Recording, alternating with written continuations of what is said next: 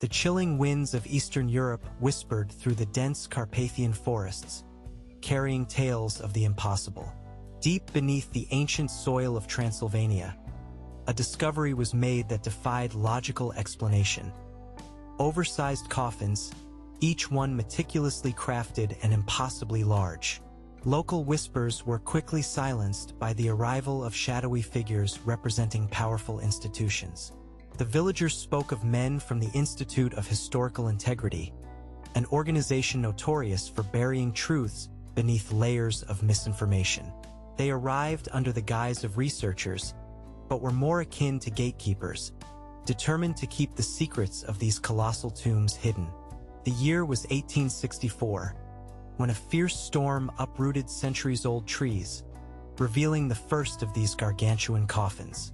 Witness accounts spoke of wooden structures, each over 12 feet long, crafted from a type of oak that no longer existed in the region. Local archaeologist Dr. Istvan Kovacs, a man known for his unyielding pursuit of truth, documented the find. His notes described the craftsmanship as unparalleled, with joints so precise they seemed to mock the capabilities of Victorian-era technology. Each coffin bore intricate carvings, runes that glowed faintly under the moonlight, defying the natural order. Yet, just as quickly as Dr. Kovacs began to piece together the puzzle, his research was confiscated, and he was never heard from again. The surrounding villages buzzed with rumors.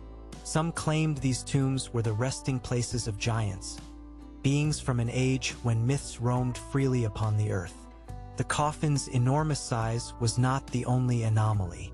Inside, the remains exhibited skeletal structures that seemed to defy human anatomy altogether. The femur bones alone were longer than any known human remains, creating unease among the few locals who dared peer into these cryptic sepulchres. Yet, any attempt to document or photograph these findings was met with instant intervention by the Institute's men, who seized all evidence under the pretense of preservation.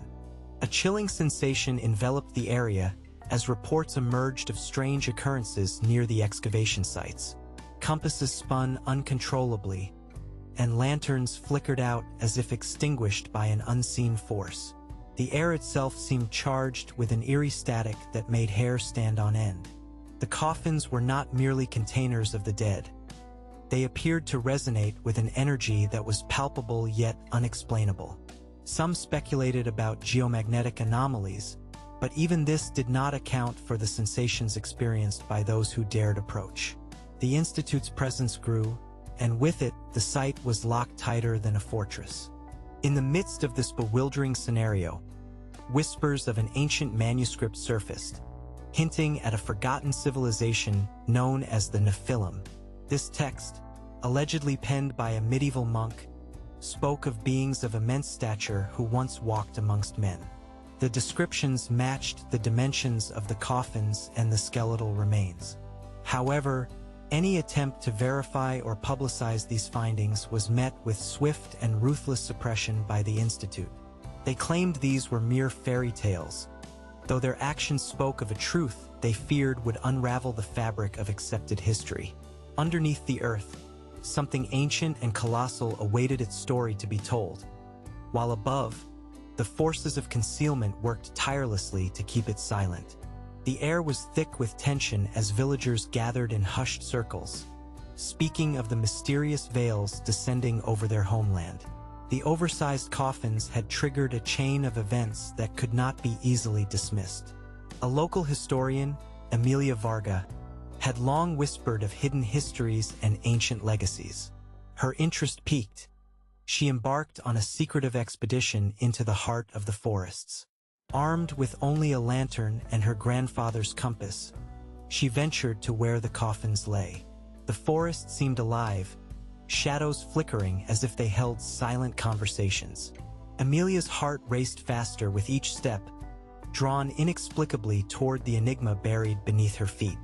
As Emilia approached the site, she was struck by the immense scale of the dig, now abandoned, yet echoing with the presence of those who had once labored there. The coffins lay scattered like silent sentinels, their massive forms casting long shadows in the moonlit night. Amelia knelt by one, its wood smooth yet unnaturally cold to the touch, as if it absorbed the warmth from her skin. She noticed the carvings, more elaborate than she had imagined, depicting scenes of battles between titans and smaller, human-like figures. The artistry revealed a civilization with a profound understanding of both war and beauty, a juxtaposition that sent shivers down her spine. While Amelia examined the carvings, she was interrupted by a sound, a low, humming vibration that seemed to emanate from the ground beneath her. She instinctively reached for the compass, watching as it spun wildly, its needle defying the laws of magnetism. The hum grew louder, as if the earth itself was resonating with the secrets of the coffins. She realized that the very soil beneath her feet was charged, an ancient energy pulsing through it like a heartbeat. The sensation was both terrifying and exhilarating, as if she was standing on the edge of a revelation that could shake the foundations of known history. Determined to learn more, Amelia decided to return by daylight, enlisting the help of a trusted friend, Dr. Tomas Petrescu, a physicist with an interest in the unexplained. Together, they examined the soil samples from around the coffins, discovering traces of a rare mineral known only to exist in meteoric deposits. This discovery suggested an otherworldly origin, hinting that these coffins, and perhaps their occupants, might not belong to this earth. The implications were staggering. Dr. Petrescu theorized that the mineral's unique properties could explain the compass's erratic behavior and the humming vibration, a resonance between terrestrial and extraterrestrial elements. As news of Amelia and Dr. Petrescu's findings began to spread throughout the village, the Institute of Historical Integrity reappeared, this time more forcefully. Men in dark suits arrived unannounced, accompanied by local authorities coerced into compliance. They confiscated Amelia's notes and Dr. Petrescu's samples, branding their findings as misguided fantasies. Yet, their heavy-handedness only fueled the villagers' curiosity. Amelia, undeterred by intimidation, vowed to continue her investigation. She knew that unraveling the secrets of the oversized coffins could alter the course of history, and she was prepared to face the shadows that sought to keep the past buried. By the light of dawn, Amelia Varga found herself more determined than ever. She had decided to explore the tales of a reclusive library hidden within the remains of an ancient monastery, where whispers of forbidden knowledge were said to reside. The path to the library was overgrown with brambles and obscured by the creeping mists of the early morning. As she approached, the crumbling stone facade came into view, a testament to the relentless passage of time. Inside, the air was thick with the scent of aged parchment and decaying leather, each tome a potential key to unlocking the secrets of the oversized coffins. Within the library's dimly lit corridors, Amelia discovered a manuscript that caught her eye. It was bound in worn leather, its cover embossed with unknown symbols that seemed to pulsate under her touch. The text, penned in a forgotten language, was accompanied by illustrations depicting towering figures wielding immense power over the natural world. One page showed a procession of giants, their bodies adorned in intricate armors, carrying coffins much like those she had seen in the forest. This manuscript, Amelia realized, was more than just a relic. It was a forbidden testament to a civilization that had mastered secrets lost to time. The sound of footfalls interrupted Amelia's study, echoing ominously through the stone halls. She quickly concealed the manuscript beneath her coat as a figure emerged from the shadows. It was Brother Marius, the last caretaker of the monastery, whose eyes held a depth of knowledge and sorrow. He spoke in hushed tones of the giants, known in ancient lore as the Titanii. According to Brother Marius, they were said to possess knowledge that could warp the very fabric of reality, a power considered both divine and dangerous. The oversized coffins were believed to be vessels that preserved their essence, waiting for a time when their wisdom would be needed once more. As Amelia absorbed this revelation, brother Marius handed her a key, its metal cool and heavy in her palm. He directed her to a hidden chamber beneath the monastery, accessible only to those deemed worthy. The chamber was a vault of wonders, containing relics and artifacts that defied explanation. Among these was a map, etched onto a thin sheet of metal that glimmered with an unearthly luster. The map detailed a network of sites across Europe where similar coffins might lie, each marked with symbols that matched those on the manuscript. This was no mere burial ground. It was a blueprint of a forgotten world. With the weight of newfound knowledge, Emilia returned to the village, determined to rally those who would listen. The Institute's grip was tightening, their agents enforcing silence with increasing aggression. Yet, the villagers, inspired by Emilia's discoveries, began to remember their own ancestral stories of the Titanii. They spoke of rain-soaked rituals and celestial alignments that once heralded the giant's presence. As they gathered around Emilia, a plan began to form, one that would unveil the coffins to the world and challenge the narrative imposed by those who feared the truth. The oversized coffins were not just relics of a forgotten past. They were harbingers of a future yet to unfold. In the heart of the village, the air crackled with anticipation as Emilia Varga and her allies prepared for the unveiling. They chose a moonless night, shrouded in secrecy, to execute their plan. Under cover of darkness, they made their way to the forest, where the oversized coffins awaited beneath the earth. With the village's blacksmith, Ivan, wielding tools forged for this clandestine mission, they carefully unearthed the coffins once more. The sound of metal against wood echoed through the trees, a symphony of defiance against the forces that sought to keep these secrets buried. As the final coffin was lifted from its earthy tomb, a collective breath was held. The coffins lay before them, majestic and haunting under the starlit sky. Emilia stepped forward, her heart pounding. She began to narrate the saga of the Titanii, weaving together fragments of legend and the evidence she had gathered. Her voice resonated with a blend of reverence and urgency, painting vivid stories of an ancient people who once ruled the land with wisdom and might. As she spoke, the villagers felt the weight of history pressing upon them, challenging their understanding of their own past. Yet, as if summoned by the whispers of the past, the Institute of Historical Integrity descended upon the scene. Their arrival was swift and calculated, a phalanx of dark-suited men armed with authority and intimidation. They demanded silence, their presence a stark reminder of the power they wielded. However, this time the villagers were no longer cowed. Bolstered by Emilia's revelations, they stood firm, united in their desire to know the truth.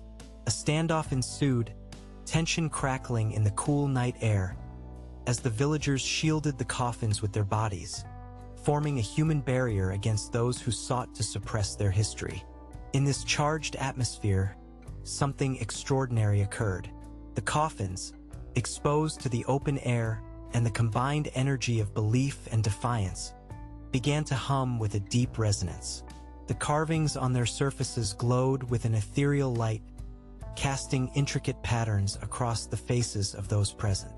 It was as if the coffins themselves were responding to the villagers' resolve, communicating in a language of light and sound that transcended human comprehension. This otherworldly display seemed to hold the Institute's men in thrall, momentarily breaking their facade of control as they watched in silent awe. With the Institute momentarily disarmed, Emilia seized the moment to extend an olive branch. She spoke of the importance of understanding rather than concealing history, a narrative that belonged to the world, not just to the few who controlled the narrative. Her words, carried on the wind, reached the hearts of those who listened. Slowly, the atmosphere shifted. The Institute withdrew, their power diminished by the overwhelming force of collective will. The villagers, with Emilia at their helm, vowed to continue exploring the legacy of the Titanii, ensuring that the oversized coffins would serve as beacons of truth in a world that had long forgotten them. With the dawn of a new day, the village awoke to an air of transformation. The oversized coffins had become symbols of a legacy reclaimed, their presence a catalyst for change. Emilia Varga and her fellow villagers embarked on a journey to share this newfound knowledge with the world. They organized a gathering in the heart of the village, a place where the old and the new converged, in the hopes of spreading awareness and inviting others to partake in this monumental discovery. The village square was adorned with banners depicting the intricate carvings from the coffins, a testament to the artistry of the Titanii. Among the attendees was an unlikely ally, a professor of archaic languages, Dr. Anastasia Dragomir, who had heard of the events from afar and traveled to lend her expertise. With her guidance, Emilia and the villagers deciphered more of the mysterious manuscript. Dr. Dragomir's translations revealed prophecies inscribed by the Titanii, foretelling a time when their wisdom would be rediscovered to guide humanity through trials yet to come. The script spoke of celestial alignments and the unlocking of cosmic energies, concepts that resonated deeply with the villagers' own observations of the coffin's mysterious hums and glows. The villagers' efforts to share their tale did not go unnoticed. Scholars, historians, and truth-seekers from across Europe began to arrive, drawn by the magnetic pull of the coffin's enigma. Among them was Sir Edmund Hawthorne, a renowned archaeologist who had long suspected the presence of a parallel history hidden beneath layers of accepted narratives. His international acclaim lent further credibility to the villagers' cause, and he offered his resources to help document and preserve the site for future generations. Together, they forged a pact to ensure that the legacy of the giants would no longer be hidden away, but celebrated and studied. But the journey was not without its challenges. The Institute of Historical Integrity, though publicly retreating, continued to operate from the shadows, attempting to discredit the findings through clandestine means. Their propaganda machine churned out articles that painted the villagers as deluded dreamers, but this only served to galvanize their resolve. Emilia and her allies countered with evidence, photographs, translations, and testimonies that they disseminated to the wider world. With each revelation, the Institute's facade of authority crumbled further, unable to withstand the tide of truth. The coffins had become not only symbols of a forgotten past, but also emblems of defiance against imposed ignorance. As the village basked in a newfound sense of purpose and unity, the oversized coffins remained at the center of their lives, a constant reminder of the mysteries that still lay ahead. Emilia, now a beacon of knowledge and hope, stood by the coffins with Dr. Dragomir and Sir Edmund, contemplating the future. They envisioned a world where history was not a static record, but a dynamic tapestry woven from stories both remembered and rediscovered. The oversized coffins had begun this journey, and it was the villagers' mission to ensure that the resonance of the forgotten giants would echo through the ages, a testament to the enduring power of truth. Amidst the rolling hills and ancient forests that surrounded the village, the oversized coffins stood as sentinels of a forgotten age. The villagers, now with a renewed sense of guardianship, had erected a pavilion around the site, preserving it as a center for study and reflection. The pavilion's structure, crafted from local wood and adorned with carvings inspired by the coffins, became a place where past and present intertwined. Here, villagers and visitors alike would gather, sharing stories and insights under the canopy of the stars, their voices blending with the whisper of the wind through the trees. Under this pavilion, Emilia Varga hosted discussions that attracted thinkers from near and far. The air buzzed with intellectual curiosity and the exchange of ideas. Among the attendees was Professor Heinrich Bauer, a physicist intrigued by the coffin's mysterious energies. His experiments revealed that the mineral found in the soil possessed superconductive properties, capable of transmitting energy without loss, a technology that modern science could barely fathom. As Bauer shared his findings, the villagers realized they stood on the brink of scientific revolution, the coffins serving as both relics and harbingers of technological advancement. Yet, In the heart of this burgeoning enlightenment, shadows lingered. The Institute of Historical Integrity, though weakened, had not surrendered. Their operatives, now driven by desperation, sought to infiltrate the village, sowing seeds of doubt and discord. Amelia and her allies, ever vigilant, devised a system to protect their newfound sanctuary. They established a network of watchers, villagers who patrolled the forest, ensuring that no deception or sabotage could undermine their efforts. Their commitment to safeguarding the truth became a testament to their unyielding resolve against the lingering threats of secrecy and suppression. In a poignant ceremony beneath the pavilion's protective canopy, the villagers unveiled a monument dedicated to the giants, the Titanii, whose legacy had ignited this movement. The monument, a towering stone engraved with the symbols from the coffins, served as both a tribute and a reminder. It was a physical manifestation of their commitment to remember and honor the past while shaping the future. As the villagers gathered, candles in hand, their collective light cast a glow upon the monument, mirroring the ethereal luminescence of the coffins themselves. This act of unity solidified their pact to protect and share the knowledge they had unearthed. As the monument stood sentinel over the village, Amelia and her closest allies, Dr. Dragomir, Sir Edmund, and Professor Bauer, convened to plan the next chapter of their mission. They envisioned an institute of their own, a place where scholars and seekers could explore the mysteries of the past without fear of censure. This institute would be a beacon of inquiry and discovery, open to all who sought knowledge. With the oversized coffins as their guiding lights, they pledged to continue unraveling the mysteries of the giants, ensuring that the echoes of the past would inform and inspire generations yet to come. Their journey was far from over, and together, they would forge a path through the annals of history, guided by the truths they had uncovered.